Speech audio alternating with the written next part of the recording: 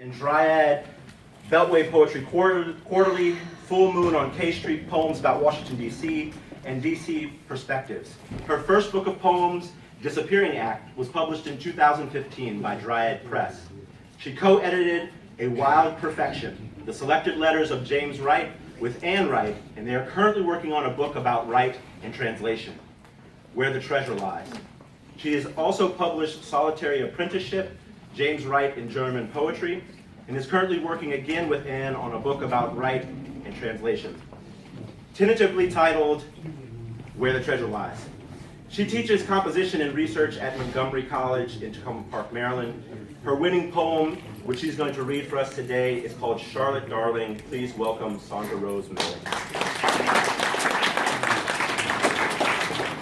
All right, can you hear me? Yeah. Can you hear me?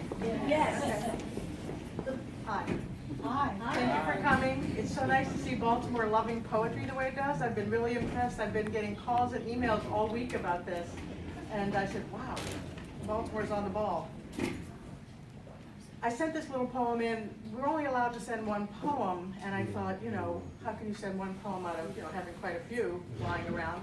And Charlotte jumped up and said, send me, so I did.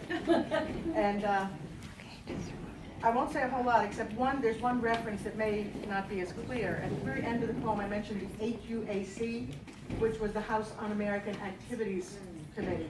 She was called before them, way back in like 1953. That doesn't sound very poetic, does it? House Un-American Activities Committee. But anyway, this is a poem about Charlotte, who actually was behind the scenes in the world of cartoons. And I loved cartoons when I was growing up.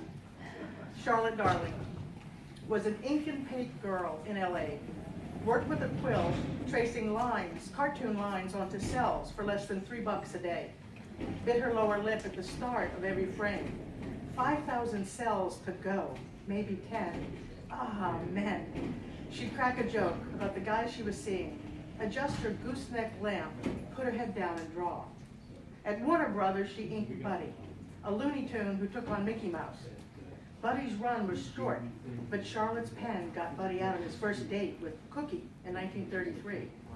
She worked for Disney too, and Hanna-Barbera, a sharp dresser, her hat dipped to one side.